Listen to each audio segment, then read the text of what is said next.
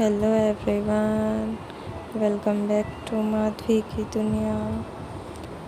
तो आज है 13 जुलाई। आज है गुरु पूर्णिमा। हम लोग जा रहे हैं आश्रम, वृंदावन देवरा बाबा आश्रम। तो आज गुरु पूर्णिमा है तो हम हर साल जाते हैं गुरु जी के दर्शन करने।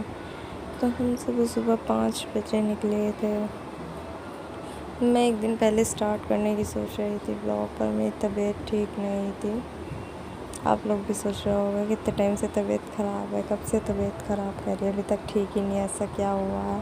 तो हाँ जी, मेरी बहुत दिन तक तबीयत ख़राब थी, अभी भी है, पूरी तरह ठीक नहीं हूँ, इसलिए मेरे ब्लॉग बहुत ज़्यादा लेट हो रहे हैं। इसके लिए सॉरी, पर फिर भी मैं आप लोगों के साथ सब कुछ शेयर कर रही हूँ। कोई नहीं, लेट ही सही, पर शेयर तो सब कुछ हो ही रहा है।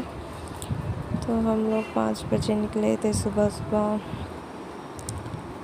सुबह इतना अच्छा मौसम हो रहा था जब हम निकले थे, और आधे रास्ते पहुँचते ही शायद हापुड़ से ही इतनी तेज़ बारिश हुई थी, बहुत तेज़, मतलब गाड़ी रोकनी पड़ गई थी। हम पापा को कुछ दिखाई ही नहीं दे रहा था, कैसे मतलब चलाएं, क्या देखें, मतलब हमने शीशे ऊपर कर रखे थे गाड़ी के, कुछ नहीं दिखाई दे रहा था। हमें हीटर चलाना पड़ गया था गाड़ी का, क्योंकि वाइपर ही नहीं चल रहा था गाड़ी का, तो हीटर चलाना पड़ गया था हमें। बहुत ज़ोर से बारिश हुई थी। तो फिर रहा था यहाँ तक कि पापा रास्ता भी भूल गए थे कि हमें कौन से रास्ते से जाना था, इतनी ज़ोर से बारिश हो रही थी। मतलब कितने लोग अपनी गाड़ियाँ खड़ी करके रुक गए थे, कोई भी नहीं आगे बढ़ा पा रहा था गाड़ी। मतलब बहुत ज़्यादा बारिश हुई थी, ऐसी बारिश कभी नहीं देखी हमने, बहुत मतलब। और पता है कैसा हो रहा था, कहीं बारिश हो रही है इतनी तेज़, बहुत ही ज़्यादा, और थोड़ी दूर जाकर बिल्कुल मौसम खुला हुआ, बिल्कुल सड़कें सूखी हुई, लग ही नहीं रहा था यहाँ बारिश हो रही है। फिर थोड़ी आगे जा रहा है, फिर इतनी तेज़ बारिश हो रही है। मतलब हमें बहुत टाइम लगा पहुँचने में। हम 5 साढ़े 5 बजे के निकले हुए, हम वहाँ पहुँचे 10 साढ़े 10 बजे। उस टाइम हमें सुबह बाबा का अभिषेक देखना था। हमें 9 बजे का टाइम पता था, क्योंकि हस्बैंड मतलब एक दिन पहले यहाँ से बस जाती है, ताऊ जी के यहाँ से बहुत लोग जाते हैं बस से, तो हस्बैंड उन्हीं के साथ चले गए थे। उन्हें बहुत ज़्यादा शौक़ है, मतलब इंटरेस्ट है ये सब देखने का, अभिषेक वगैरह। वो तो ये कह रहे थे पापा मेरी रिज़र्वेशन करा दो, मैं एक दिन पहले, मतलब 2 दिन पहले ही आश्रम चला जाऊँगा। तो फिर पापा ने कहा कि हमारे साथ ही चलना। तो फिर उन्होंने कहा कि नहीं, आप लोग बहुत लेट आओगे, तब तक अभिषेक वगैरह सब हो जाएगा। पर फिर उन्होंने ताऊ जी से कहा कि मैं आपके साथ चल रहा हूँ। तो एक दिन पहले रात को 10 बजे बस जाती है, तो वो उनके साथ चले गए थे। फिर भी नीचे जो गर्भगृह का अभिषेक होता है वो नहीं देख पाए थे। वो लोग 4:30 बजे पहुँचे थे, फिर वहाँ जाकर नहाए वगैरह थे, तो उन्होंने नहीं देखा था। पर हाँ, जो ऊपर का होता है बाबा का अभिषेक, उसमें थे वो, उन्होंने सब कुछ देख लिया था। उन्होंने हमें फ़ोन करके भी बताया था कि 9 बजे शुरू हो जाएगा, आप लोग टाइम से पहुँच जाना। पर हमें रास्ते की वजह से, बारिश की वजह से हम लोग लेट हो गए थे, 10 साढ़े 10 बजे पहुँचे हैं। और हमसे पता नहीं किसने नीचे कह दिया कि अभिषेक वगैरह सब कुछ हो गया, तो हम ऊपर गए ही नहीं, हम नीचे ही रह गए। और फिर हमें बाद में पता चला कि अभिषेक तो हो गया, आरती वगैरह कुछ नहीं हुई थी, वो बाद में हुई है। और हम ये सोच रहे हैं कि जब अभिषेक हो गया, आरती भी हो गई, तो अब क्यों आरती हो रही है दोबारा।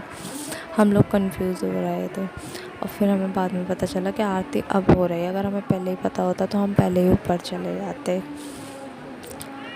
फिर भी कोई नहीं, बहुत अच्छा लगा वहाँ जाकर, सब कुछ एंजॉय किया। पर गर्मी बहुत थी, छोटे बच्चे ने बहुत परेशान किया। इतनी गर्मी थी, एक तो इतनी पब्लिक थी, बहुत पब्लिक, पूरा आश्रम भरा हुआ था, और ऊपर से गर्मी इतनी, बहुत ज़्यादा गर्मी, इतनी तेज़ धूप, बहुत गर्मी हो रही थी। और फिर बच्चे बहुत परेशान कर रहे थे, मतलब भीड़ इतनी थी, बैठने की जगह नहीं, कुछ नहीं। हमने सोचा था एक दिन रात को रुकेंगे वहाँ रात को सत्संग होता है, तो हम लोग वहाँ रुक ही नहीं पाए। हमें ये लग रहा था कि हमें बैठने की भी जगह नहीं मिल रही है, तो बच्चे के साथ बहुत मुश्किल हो जाता है। हम लोग पता हमारी गाड़ी बाहर पार्किंग में इतनी दूर, क्योंकि इतनी पब्लिक आती है, इतनी पब्लिक आती है, गाड़ियाँ ऐसे लगी रहती हैं कि गाड़ी भी खड़ी करने का हमें जगह नहीं मिल रही थी। तो फिर हम गाड़ी में एसी चलाकर जाकर बैठे हैं बच्चे को लेकर। उसे वहाँ दूध वगैरह पिलाया, पानी पिलाया, बहुत रो रहा था वो। फिर भी उस हिसाब से उसने बिल्कुल हमें परेशान नहीं किया। जितना बच्चे सबके कर रहे थे, इतना रो रहे थे, उसने हमें परेशान नहीं किया इतना। फिर हम लोग वहाँ से शाम को खाना वगैरह खा के 4-5:30 बजे हम निकल गए थे अलीगढ़ बुआ जी के घर। फिर वहाँ हम इतने थक गए थे बहुत ज़्यादा, खाना वगैरह कुछ खाने का दिल नहीं कर रहा था। हम लोग खाना मतलब बहुत हल्का सा ही खाया था, फिर हम सो गए थे। फिर अगले दिन हम वहाँ से शाम को 4 बजे निकल गए थे, रात को 8 बजे अपने घर पहुँच गए थे। तो प्लीज़ अगर मेरा ये व्लॉग अच्छा लगा हो तो वीडियो को लाइक कीजिएगा, शेयर कीजिएगा, मेरे चैनल को सब्सक्राइब कीजिएगा। और मेरे ब्लॉग बहुत लेट जा रहे हैं, तबीयत ठीक नहीं है इस वजह से, पर कोशिश करूँगी कि और जो ब्लॉग हैं वो टाइम से जाएं। अगर ये ब्लॉग अच्छा लगा हो तो प्लीज़ लाइक एंड शेयर कीजिएगा और चैनल को सब्सक्राइब कीजिएगा।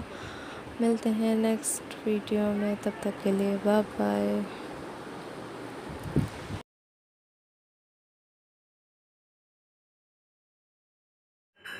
बेबी बहुत रो रहा था, गर्मी से परेशान हो रहा था, तो हम गाड़ी में बैठे थे एसी चलाकर।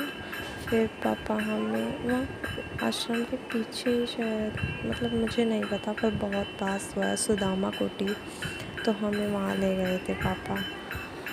वहाँ गए, थोड़ा अच्छा लगा, मतलब बेबी को भी थोड़ी हवा मिली बाहर की। वहाँ तो आश्रम में तो बहुत ज़्यादा गर्मी हो रही थी, बहुत धूप थी। फिर हम वहाँ होकर फिर एक